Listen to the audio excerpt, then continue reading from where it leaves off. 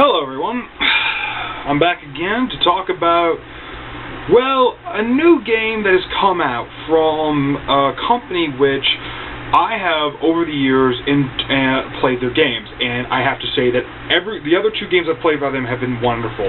They have turned out two platinum games that I just loved and replayed again. So when I heard they were coming out with a third one, I was immediately like, okay, GameStop, here's my money, just tell me when the date is. You know? So I waited and waited and waited, and I have to admit that it was probably the most anticipated game of the year for me. I mean, with a year like this where GTA 5 was coming out, I know that sounds a little weird, but that's neither here nor there. Because it was coming up, GTA 5, and I knew these two were going to be great games, and GTA 5 was a great game, awesome game, I loved it. I haven't tried the online yet, but. So when this game came out, I was really happy. I got it just the other day, literally no more than a couple of days ago, and I got it, and I just finished it not more than probably 10 minutes ago, and I'm here to give my thoughts on it. My thoughts on a game which, well, let me explain this. The game is, of course, Beyond Two Souls. I got the limited edition steel book pack, which is really cool, really cool. Nice back too. So Beyond Two Souls. A game by Quantum Dreams, who before I ever played with two games. The very first game was Indigo Prophecy, which was probably one of the best games on the PS2. It was just a fantastic game, and if you have not played it, you can get it both on PS2 and Xbox. I think you can download it off the Xbox Live Marketplace and also the PSN Network. Probably no more for like maybe $10 or something. Check it out. I highly recommend it. It's definitely one of the best. When it came out at the time, I think it was actually one of the graphically best. Then a couple of years ago, Heavy Rain came out. Now, Heavy Rain blew me away. It was an absolute fantastic game. It just was. I played it multiple times, got multiple different endings, tried it multiple different ways. It was such a game that really. The story evolved with you how you played. I thought that was fantastic, just like Indigo Prophecy. If you didn't do certain things, or if you tried certain different things, the story would definitely change. Now with Indigo Prophecy, it all kind of just flowed into one story. But with Heavy Rain, there was multiple different things. Everything changed with what you did.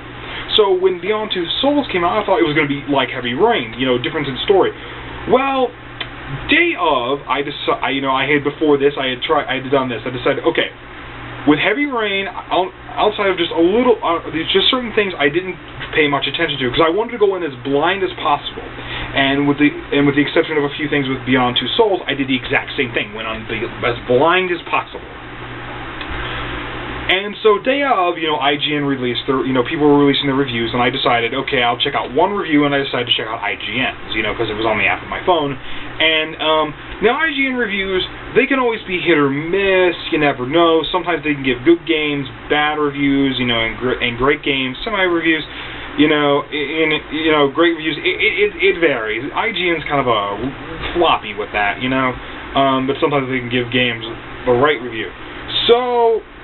When I first started, I was like, I decided, all I was going to do was scroll down to the bottom of the screen, check what the score was, see what they gave the pluses were, and that was it. But the very first sentence was, if you're one of those people who does that, don't, because I've never had a harder time choosing a score for this game. I was like, what? And I scrolled down to the bottom, and lo and behold, it got a 6 out of 10. And it literally, I was like, what? A 6 out of 10 from a Quantum Dream game? No. What were you guys on? This can't be true. So I decided to go. So and after that I checked out a few more reviews, and it was getting a mixed feel. I was like, some were praising it, some were kind of giving it the same realm of IGN, saying it wasn't great, but it wasn't bad either. And I was like, what? So I was just finally like, okay, I got my hands on the game, and I decided I'm going to play this for myself. I will review this myself. That's like, I do all games. I always like to hear other people's opinions, but I always like to give it my own review of how this game would work. And, how do I put this? Out of the 3 games at this point that Quantum Dream has released, this is definitely the weakest of the 3. And trust me when I say this, this doesn't come easy saying this. I went in expecting the best. And and I came out with kind of a... I gave this game a lot of chances, and I really wanted to. But let me explain what Beyond Two Souls is. I'm rambling here. Beyond Two Souls follows the story of Jodie Holmes, played by Ellen Page, who does a fantastic job in this, I must say. Very, very well done. I've seen a lot of her. I've seen some of her work. She's a very good actress. I really think yeah, she's really good. She'll definitely go places as she grows up. You know what I mean. She's already doing great stuff. I'm just saying, as she grows, I think she's going to even get better as an actress. And Willem Dafoe with the top 2 billings. And Willem Dafoe, I actually have to say, I honestly thought he was going to be a bad guy in this, because I've seen him in a lot of things where I mean, come on, look at that face. This is it's like Jack Nicholson. This guy is just kind of born to be in a certain role. But then, also, it's kind of hard when you see Willem Dafoe in this, and I've seen a couple of things which does carry over. Let's just say it involves a very weird arts film he was in a long time ago. I don't know the name of it. I should probably have looked it up before this. Trust me, it's weird. I'm not going to get into it. But they do really good work here, and definitely Ellen Page. She brought her A++ game. So you follow her, and she's a girl which birth was born with had a special gift. She has this entity with her called Aiden, who you can control throughout this game, who's kind of tethered to her. They honestly kind of don't explain what he is until the end, so it's kind of up in the air about what it is. So what happens throughout the game is you can choose between Jodie and Aiden. And the thing about that is that unlike other games in the Quantum Dread series where it has multiple people you can work with, you're solely focused on controlling just these 2 characters. I mean, you will interact with other characters, but these are the sole 2 you will be able to control. Well, not solely. Aiden does have the ability to possess people, but you don't possess them for that long. You know what I mean. So the thing is, when Jodie starts, she talks about her memories in fragments. Like, I'm quoting a very favorite line of mine. Her memory was shattered like glass. And the fact is, this whole story is told out of chronological order. You'll be over a 15-year span of Jodie's life.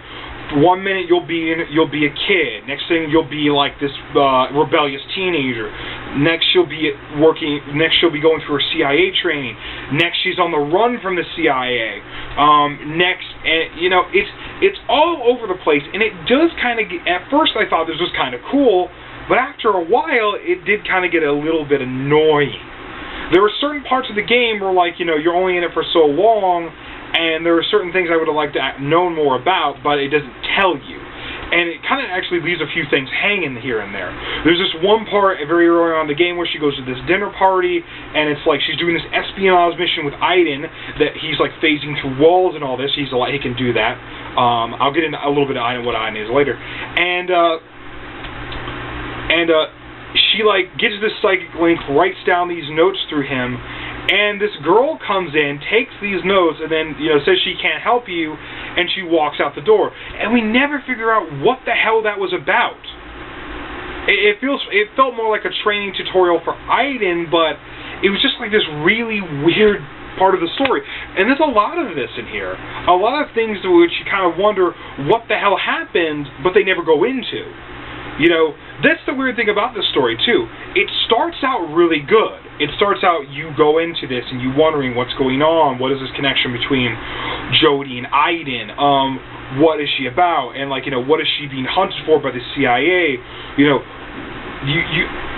but mostly the guys at Quantic Dream were mostly more about thrusting you into these really tear-jerking, dramatic scenes than actually telling the story. And one thing I'd actually have to say is that, like I said, it starts out good, you learn stuff as you go, but by the end, the story goes so off the rails a bit that you kind of really go like, wait, what happened? And it starts falling into cliche moments, too. I honestly have to say, I almost want to start spoiling this because I want to explain what happens, but let's just say it just goes into these weird, like, you know, it's hard to explain the story without breaking it, without spoiling it. But the gameplay. Well, let's just get into the gameplay, and let's get into the gameplay because no, I'll get you on stuff about the story. Yeah, I kind of ramble. So as you go throughout the story, you go through all these great moments, and Ellen Page really does great in these. Some of the quieter moments of the game are probably her best moments in this game. I loved her little singing moments. There was this one part where she was getting ready for a date, and it really felt like a girl on her first date or something, because her whole life she kind of was isolated, and so she never really was on this date. And it's just great. There's like this one point where she's like choosing her clothes, and it was just great dialogue by Ellen. There's other parts where she's going through CIA training, and you really see how hard she's pushing herself, and you really get the feel for her character. But one thing Quantic Dream has always been about is choices and how that will control the story. Like I said, in Indigo Prophecy, there were choices in there.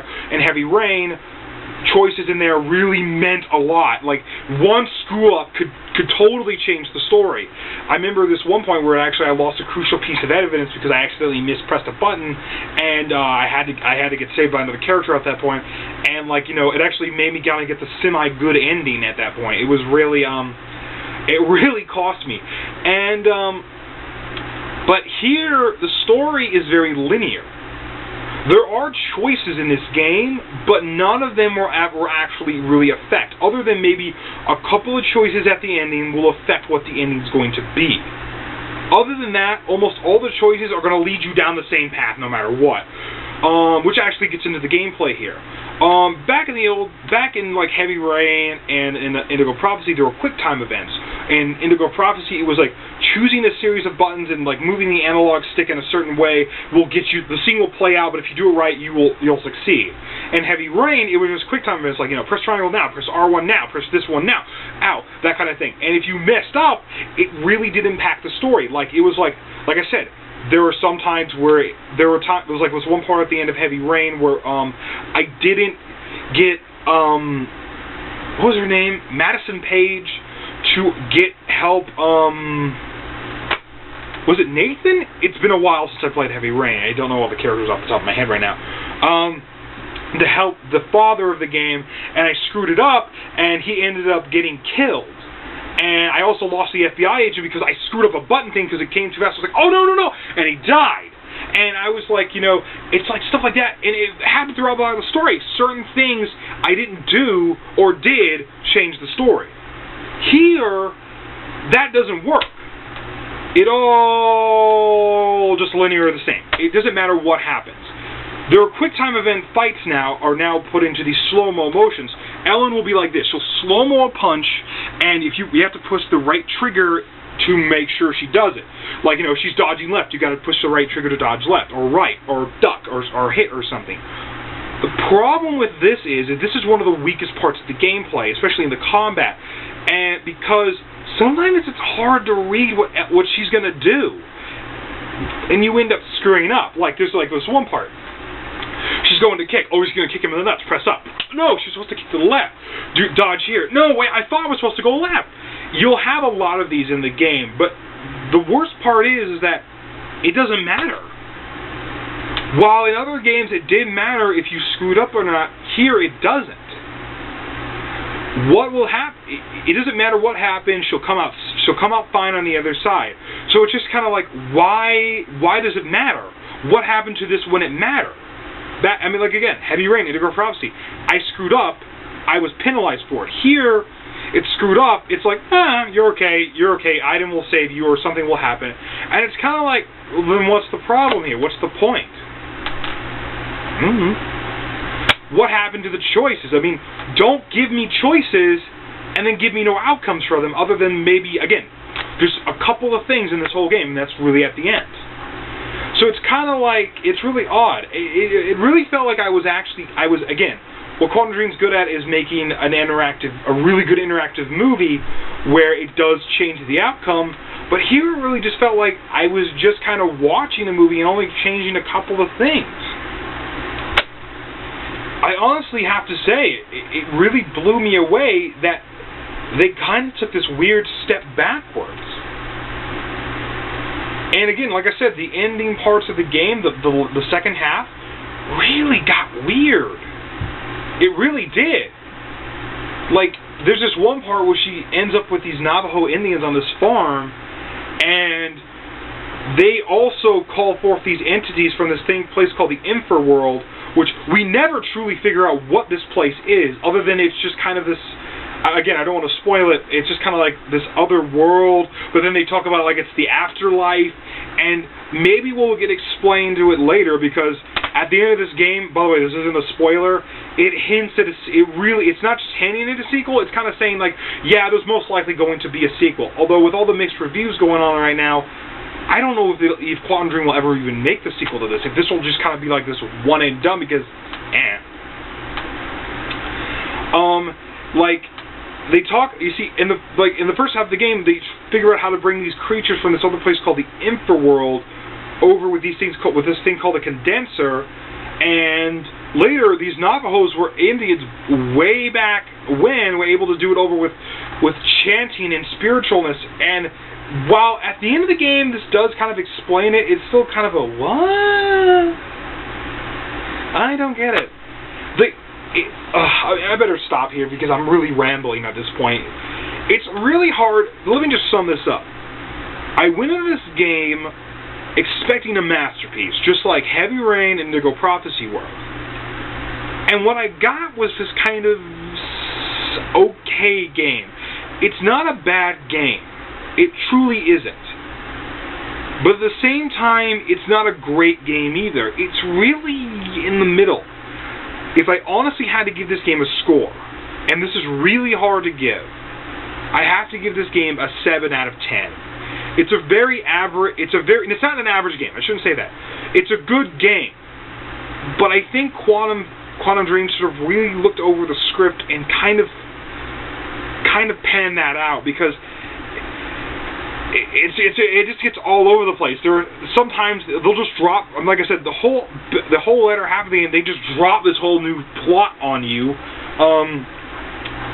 and it just feels so different from the original, from like the first half of the game. It goes into like these stereotypical cliches, and it just gets really kind of okay. I most likely am going to play Beyond Two Souls again. With prior knowledge, I'd like to try to play this game in a different light. But honestly, this game wasn't the masterpiece I was expecting. 7 out of 10 is really all I can say. I'd say really give it a try. Maybe wait till you can get it at a lower price or rent it on GameFly or something. But again, this is definitely the weakest of the three franchises right now that they brought out.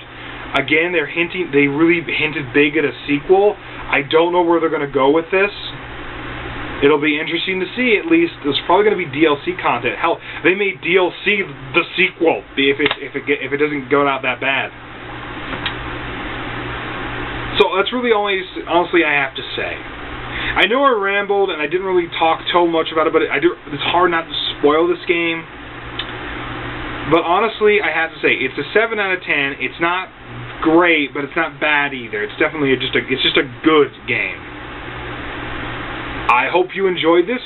I hope maybe I could have shed a little bit more light on the subject. I doubt it. I doubt it. I was kind of rambling here. But, yeah, if you've seen this, whatever, if you've seen this, I hope you liked it. If not, you'll just click dislike. If there's any way you could have made, if you want, leave a comment, I guess, to probably the 5 people who are going to see this. And yeah, that's about it.